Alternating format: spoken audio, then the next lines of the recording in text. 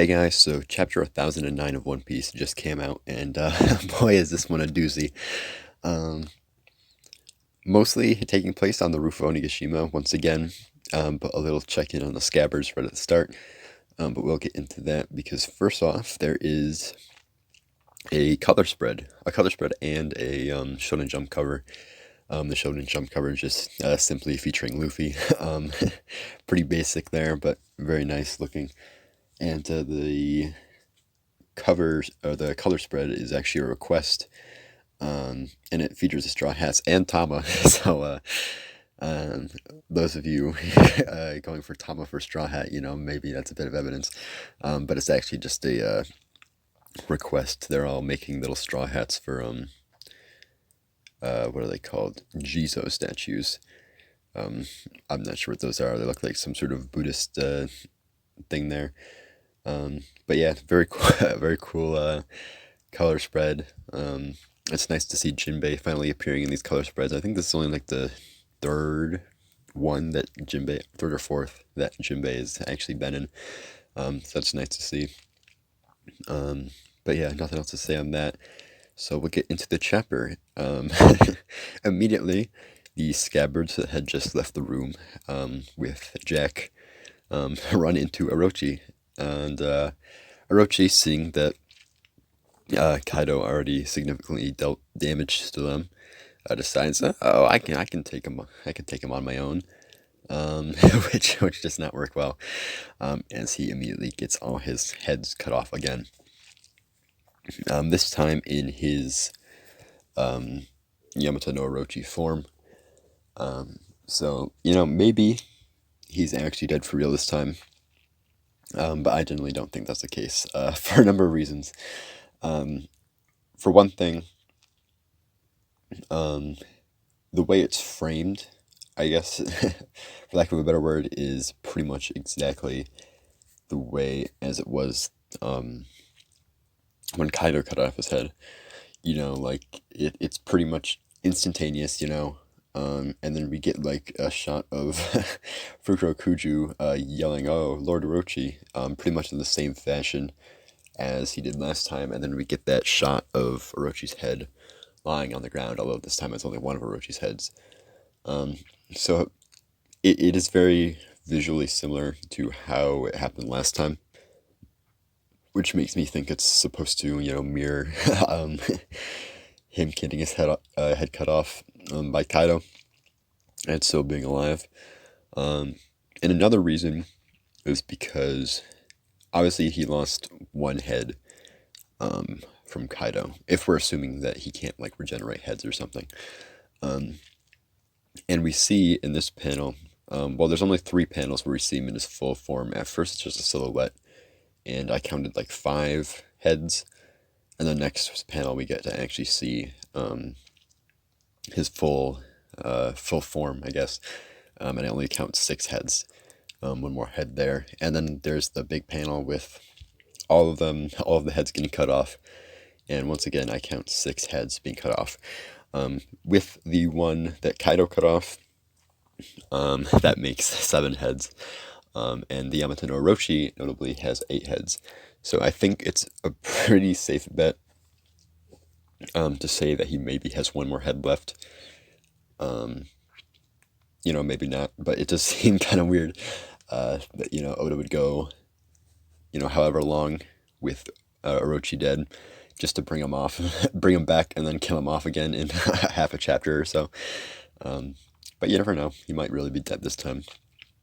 But I genuinely don't think so. And there are 6 heads. I just want to point that out because the chapter review thread on Reddit, a lot of people were saying that there were 5. And there's one very sneakily in the bottom left corner, where you can only like barely see like the I don't know what to call those, like the whiskers or like the beard of the dragon like poking out from the corner. So there are 6 heads there, very clearly. And in none of the panels does there show a 7th. So I think this is very deliberately supposed to be that there's 1 head left, and that Orochi can, hide one of his heads if he chooses to or something. Something like that. Which opens up a lot of possibilities because, we've seen, obviously, This is a confirmation, if nothing else was, that Orochi is not a serious opponent. He's very much a pushover. Um, you know, the Scabbers quite literally said, "We don't have any time to waste on the likes of you," um, and pretty much just instantly just all cut off his heads, um, wasting no time on that. So he's not like a genuine threat. So if he is still alive, I would assume that he's probably going to be an opponent for like a weaker individual.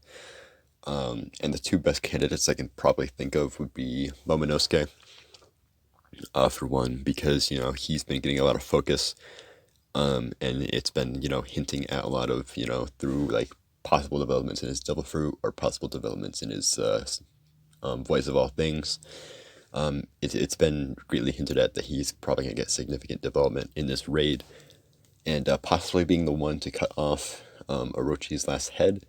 I think would probably be a good way to do that. Um, Another option would probably be Hiyori, also as another child of Kazuki Oden. But this time, Hiyori would, close two loose ends there, because that would, if Hiyori is here, that would, mean that she was probably the shadow that tended to the Scabbard's wounds that we still haven't had revealed yet. After the revelation that Odin was Kanjuro, and that Kanjuro was still evil, so we know that initial shadowy figure has to be someone else, likely either Hiyori or Toki. But in this case, it could be Hiyori. And back when Hiyori,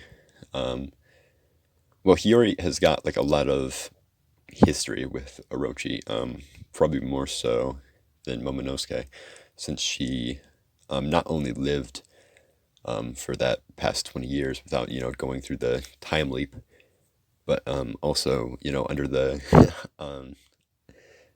under the guise of Komurasaki, she was very close in Orochi's administration, and she directly told Zoro that she wished she could kill Orochi herself. So if she is here, and we've seen Orochi isn't exactly the strongest character, I wouldn't be surprised if Hiyori could possibly get that final blow on him. It's a nice poetic end, and probably bring back that more like strong character that we were first introduced when Komurasaki was introduced. Because a lot of people complained that after Komurasaki made that transition into Hiyori, she became more of that damsel in distress type character that most of the One Piece like princesses have characterized, but she wasn't exactly like that when she was going as Komurasaki, obviously standing up to Orochi and whatnot. So that could be a return to the the more strong aspect of her character, I guess, if that does happen.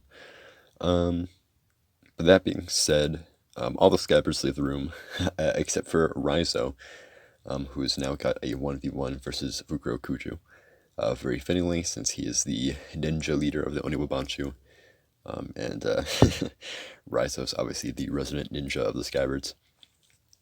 But that being said, we now go back to the roof of Onigashima,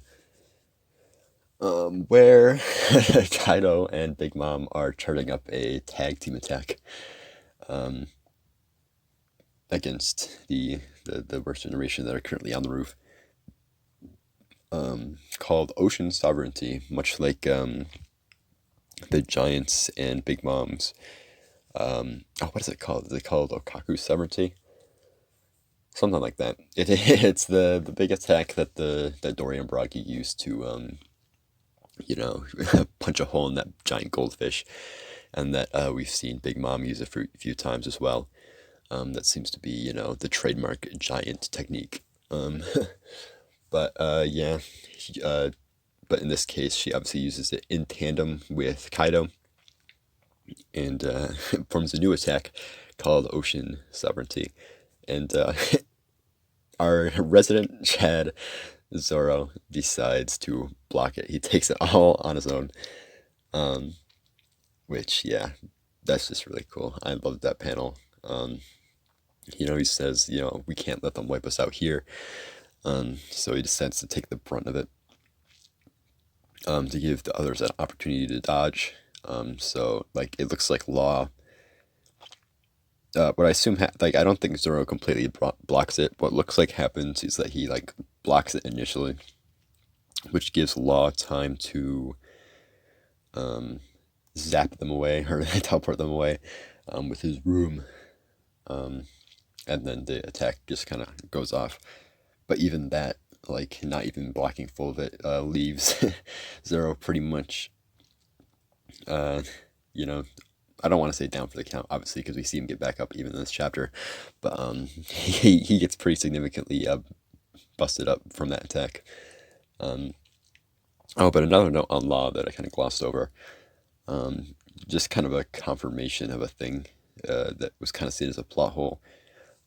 He confirms that he can't actually move characters like Big Mom and Kaido, simply because their haki is too strong and it resists the effects of his Ope no Mi,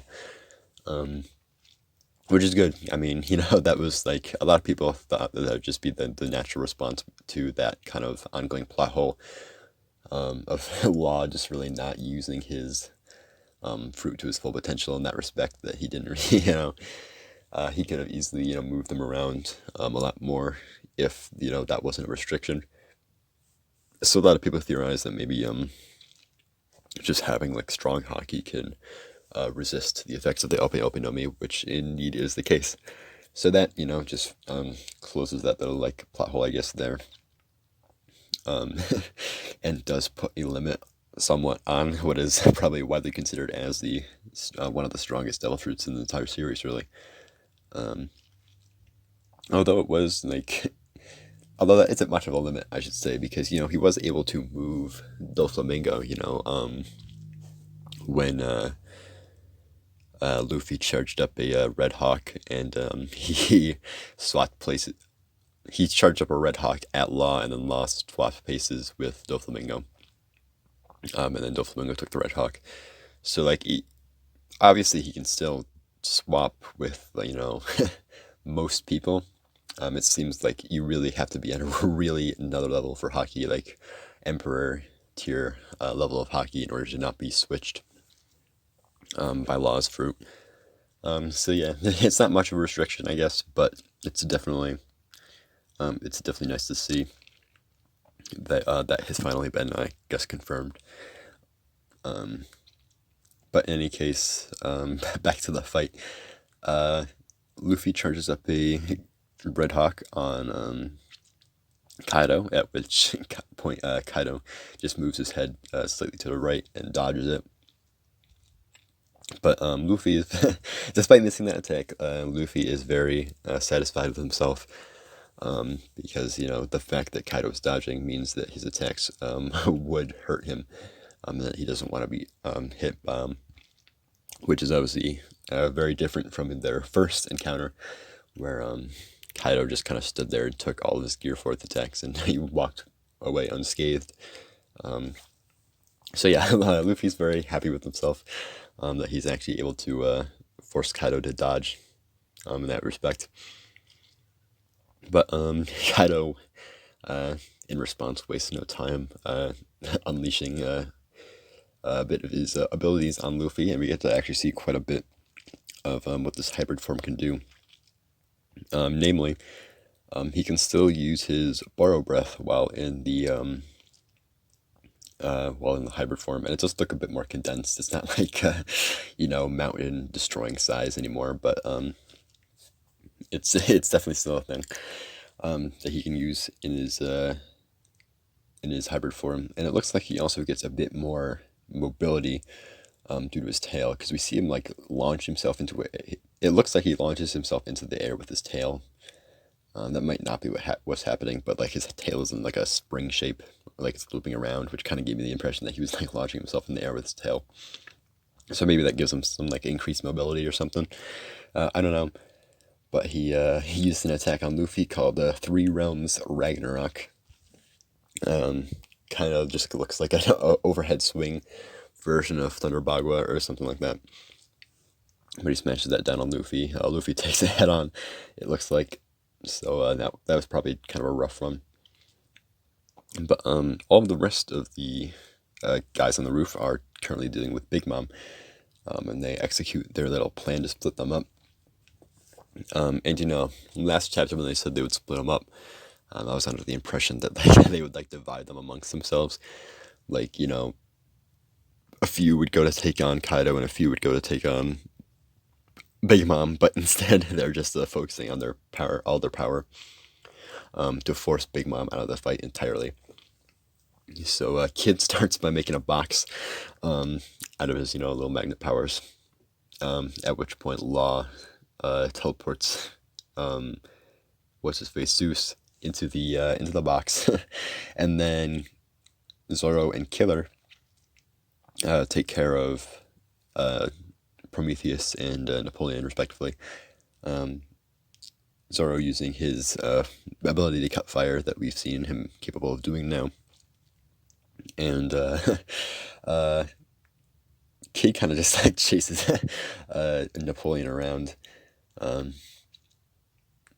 But with that, Big Mom has been separated from all of her homies.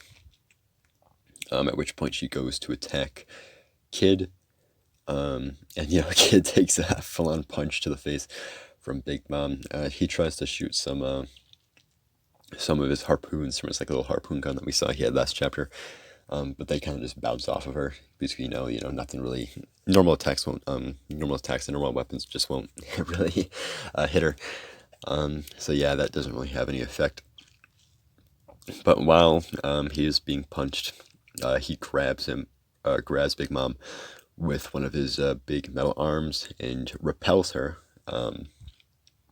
into the sky, because he also has the ability to repel metal as well as he can attract it. At which point Law uses tact to shove a big boulder in Big Mom's face and effectively drag her off of the roof of Onigashima, where she starts falling into the ocean. And since Zeus is trapped in a box, she proceeds to fall with no way of being helped, at least at the moment. And also Zoro's looking like pretty rough in one of those last panels there. He is like coughing up blood. But yeah, that being said, that's where the chapter ends. About a few things to note. I kind of want, part of me kind of wants this little box with Zeus in it to just be zapped down to Nami somehow. But I don't think that's going to happen. But that would be kind of cool to see, for her to get Zeus back in the middle of this raid once again. But I don't know. I feel like having the ability to fight Big Mom while she's at full power would be more of a victory. So I don't know if Oda will really take Zeus away from Big Mom. But this is, of course, assuming that this isn't the end of Big Mom right here. Her falling off the island. And I don't think it is. I 100% don't think we're just dispatching a Big Mom that easily. But that opens a whole new realm of possibility for how she is going to get out of this little situation. And there's a few ways. Obviously, Kaido can help her. We know that he can form flame clouds or whatever as a dragon. That can possibly be used to, float her back up or whatever. Or Kaido could just, straight up turn into a dragon himself and just fly down and get her. Or probably my favorite possibility is that the Big Mom pirates have made it up the waterfall and then they catch her as she's about to fall into the water, which I think would be good. And the reason I think that would be good is because the Beast Pirates side of this seems to be severely lacking, and that's kind of weird to say considering that they have like a at the start of the raid they had like a 30,000 to 5,400 advantage, 5,200, something like that. But in any case, but they don't have quite as many like officers.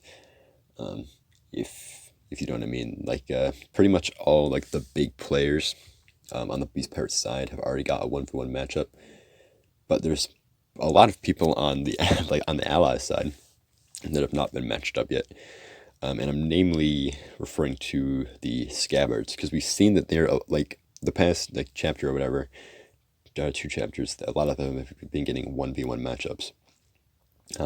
Well, they've been getting split up a lot.